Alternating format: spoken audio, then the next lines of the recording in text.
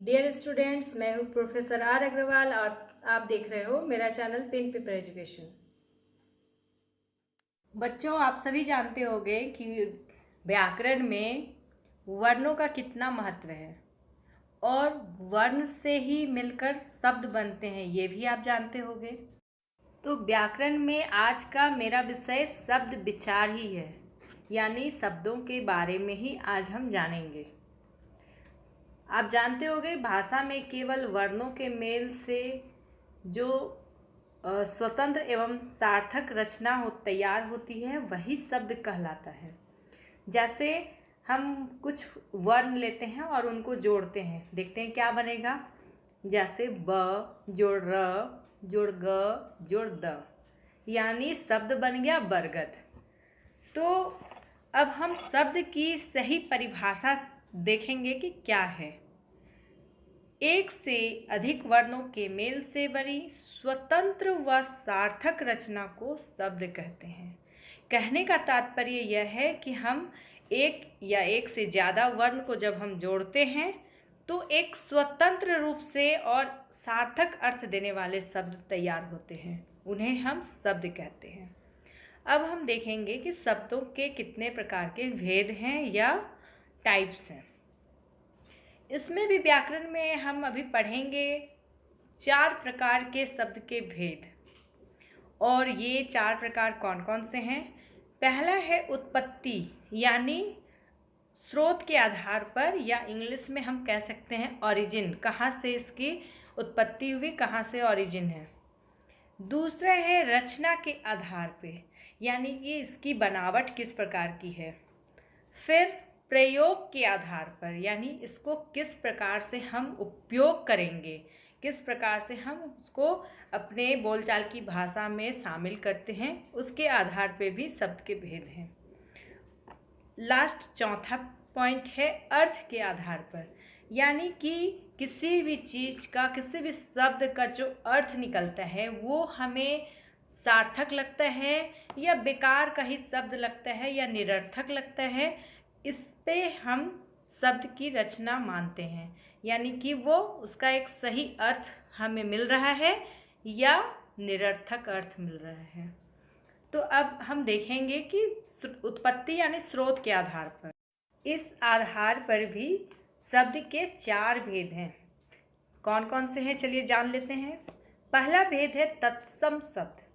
तत्सम यानी तत् जोड़ सम।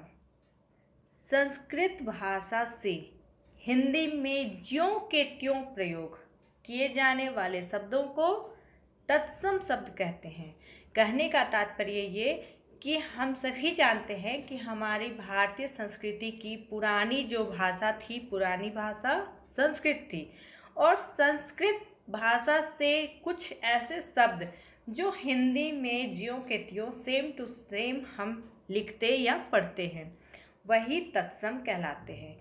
जैसे गृह, नृत्य, कृषक, दंत आदि।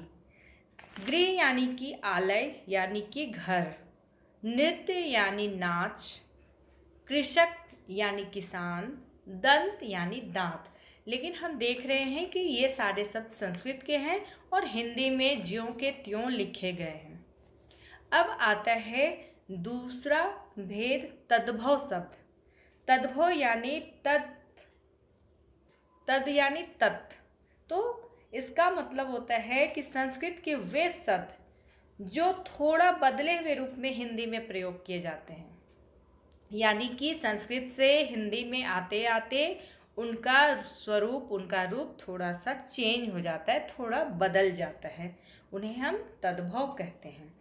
जैसे गृह की जगह में हम घर लिख सकते हैं, नृत्य की जगह में नाच लिख सकते हैं, कृषक की जगह में किसान लिख सकते हैं, दंत की जगह पे दांत लिख सकते हैं। तो ये स्वरूप थोड़ा सा चेंज हो गया। फिर आते हैं देशज शब्द। देशज शब्द क्या होता है? हम जो आम बोलचाल की भाषा में जो बोलते हैं शब्द, या ग्रामीण इलाके में बोली जाने वाली कुछ शब्द जो हिंदी भाषा में शामिल कर लिया गया है, उसे देशज शब्द कहते हैं, या हम देसी भी कह सकते हैं। और इन शब्दों का स्रोत संस्कृत भाषा बिल्कुल भी नहीं होता है, ये साधारण आम बोलचाल की भाषा से लिया गया है। जैसे उदाहरण के तौर पे खटिया, लोटा। खटिया यानी जिस पे हम सो सकते हैं, पहले लोग सोते थे, खटिया यानी खाट। लोटा, झाड़ू इत्यादि, ये सब देसी भाषाएं हैं। फिर कुछ विदेशी भाषाएं भी हिंदी में शामिल की गईं। तो चौथा हम भेद देखेंगे विदेशी शब्द। विदेशी भाषाओं से हिंदी में आए शब्द विदेशी कहलाते हैं। जैसे कुछ शब्द अरब से आए तो उनमें क्या हो गया, ज के नीचे बिंदी लग गई। कुछ शब्द फारसी से आए तो उसमें फ से नीचे बिंदी लग गई, फ के नीचे।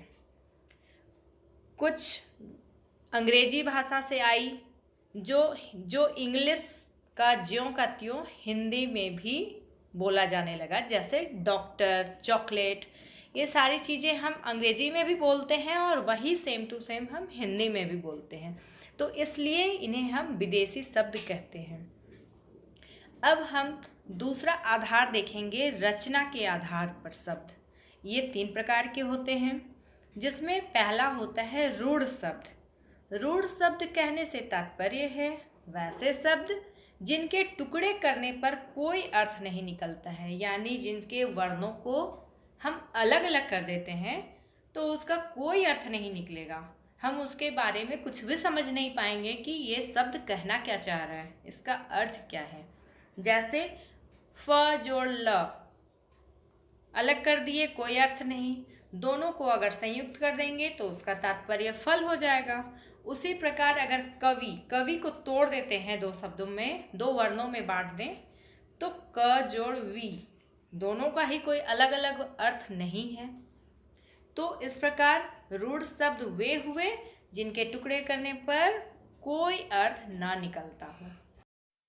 अगला शब्द के प्रकार है यौगिक शब्द। यौगिक शब्द कहने से क्या तात्पर्य है, जो शब्द 2 या 2 शब्दांश के मेल से बनता है उससे यौगिक शब्द कहते हैं। यानी 2 अलग अलग शब्द जब संयुक्त रूप से आ जाएंगे तो उसका एक खास अर्थ निकलेगा और दोनों का ही अलग अलग अर्थ निकल सकता है। इसके यानी कि इसके खंड करने पर भी ये सार्थक अर्थ देते हैं। जैसे विद्यालय, विद्यालय को अगर 2 खंड में बांटेंगे तो एक खंड हो जाएगा विद्या और दूसरा हो जाएगा आलय। दोनों का ही अलग अलग मतलब है। विद्या का मतलब ज्ञान और आलय का मतलब घर, यानी वैसा घर जहाँ ज्ञान की प्राप्ति हो। और इसके अलावा बहुत सारे ऐसे शब्द हैं जिनको आप अलग अलग करोगे तो उनका अलग अलग अर्थ आपको प्राप्त होगा। जैसे मोटापा, तो मोटा और आपा दोनों का ही अलग अलग अर्थ हो गया। पाठशाला, पाठ और शाला 2 अलग अलग हो गया। तो इस प्रकार ये यौगिक शब्द कहलाए। ये शब्द उपसर्ग, प्रत्यय, संधि, समास आदि के संयोग से बनते हैं। यानी उसमें उपसर्ग हो सकता है या अंत में प्रत्यय का प्रयोग किया गया हो, या संधि हो यानी 2 शब्दों की संधि हो, या कोई समास लिया गया हो। अब आते हैं तीसरा प्रकार, योग रूढ़ शब्द। योग रूढ़ कहने से तात्पर्य होता है जब 2 शब्दों के मेल से बनकर कोई अन्य विशेष अर्थ देने वाला शब्द बन जाए।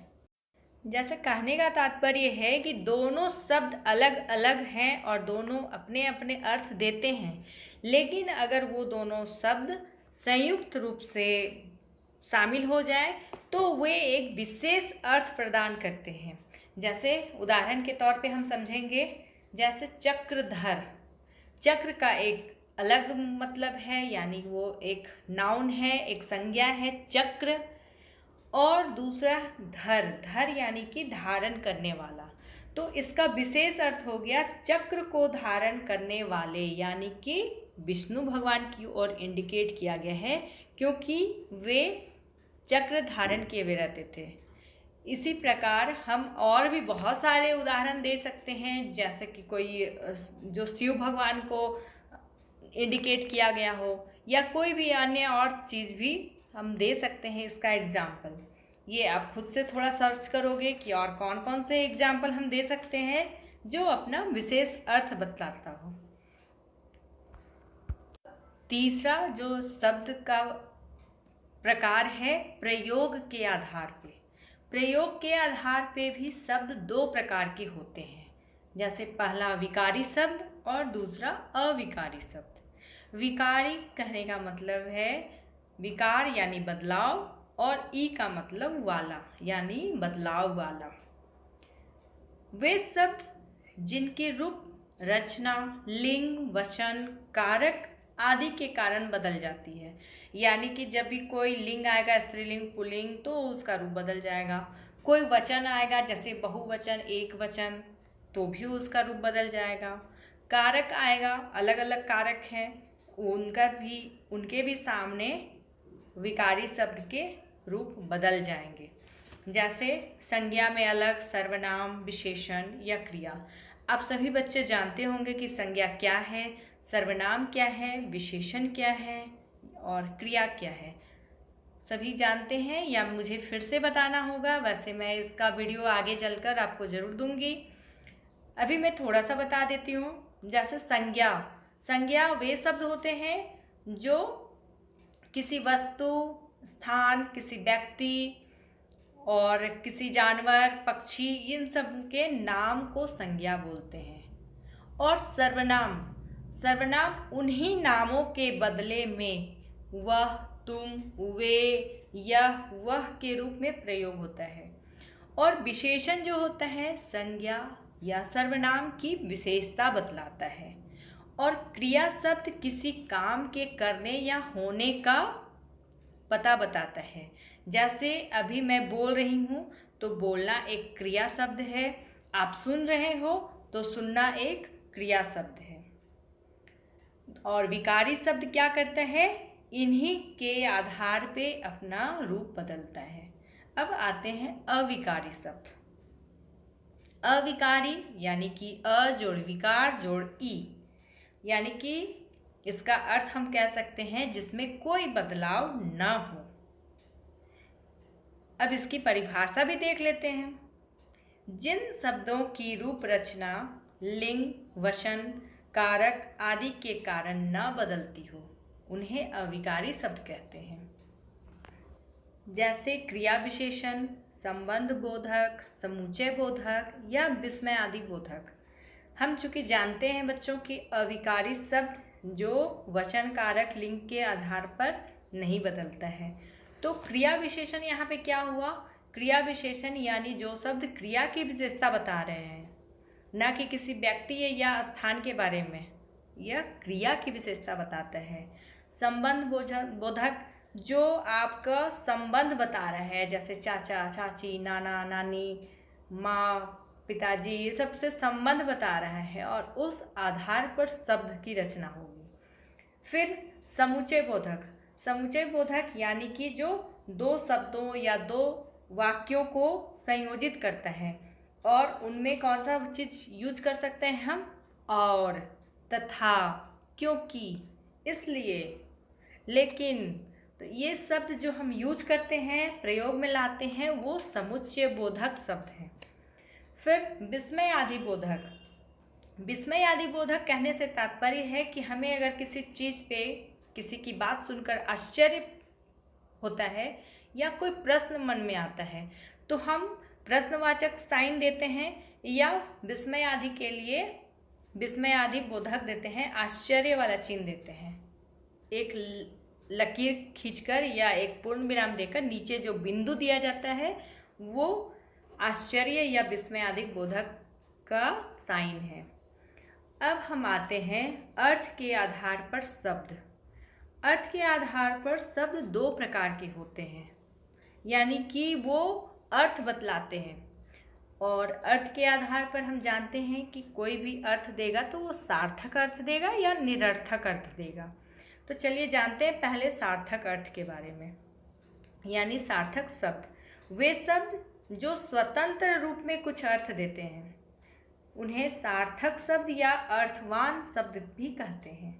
जैसे कि लैपटॉप या कोई नवयुवक या मंच, ये सब एक सार्थक शब्द है। नवयुवक यानी कि कोई नया, कोई उभरता हुआ युवक है, कोई जवान युवक है जो अभी अभी जस्ट बड़ा हो रहा है। मंच है जहाँ पे नेता कोई भाषण दे रहा है, या आपके स्कूल का ही मंच हो जहाँ आप किसी प्रकार का प्ले या ड्रामा करने वाले हों। या लैपटॉप भी एक सार्थक शब्द है, जिस पे हम लैपटॉप यानी कि कंप्यूटर के छोटे रूप को कहते हैं, तो जिस पे आप अपना डाटा सुरक्षित रखते हैं, बहुत सारा काम करते हैं। अब आते हैं हम निरर्थक शब्द। वे शब्द जो स्वतंत्र रूप में कुछ भी अर्थ नहीं देते हैं, यानी उनको हम अकेले छोड़ दें तो वो बिना अर्थ के हो जाएंगे। लेकिन ये शब्द क्या होते हैं, सार्थक के साथ तुकांत के रूप में चलते हैं। यानी एक सार्थक शब्द होगा तो दूसरा उसके साथ तुक में चलेगा, निरर्थक शब्द। मैं आपको समझाती हूँ कि तुक क्या हुआ।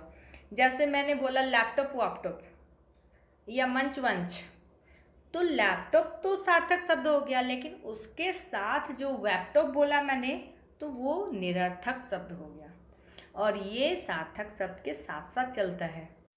तो इस प्रकार बच्चों हमारा शब्द विचार या मॉर्फोलॉजी खत्म होता है। तो आप इसे अच्छे से समझिए। अगर कहीं पे समझ में नहीं आया या अच्छा लगा, समझ में आया, तो आप मुझे कमेंट्स में लिखकर ज़रूर शेयर करें।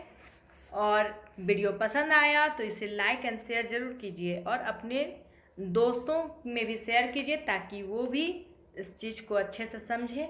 क्योंकि ग्रामर या व्याकरण जो है वो हमारी भाषा को सुदृढ़ करता है, एक सही रूप देता है उसको। इसलिए व्याकरण सबसे पहले जानना है, फिर भाषा अपने आप समझ में आने लगेगी। तो अंत तक वीडियो देखने के लिए धन्यवाद। और अगर मेरे चैनल में नए आए हो तो इसे सब्सक्राइब करना मत भूलना।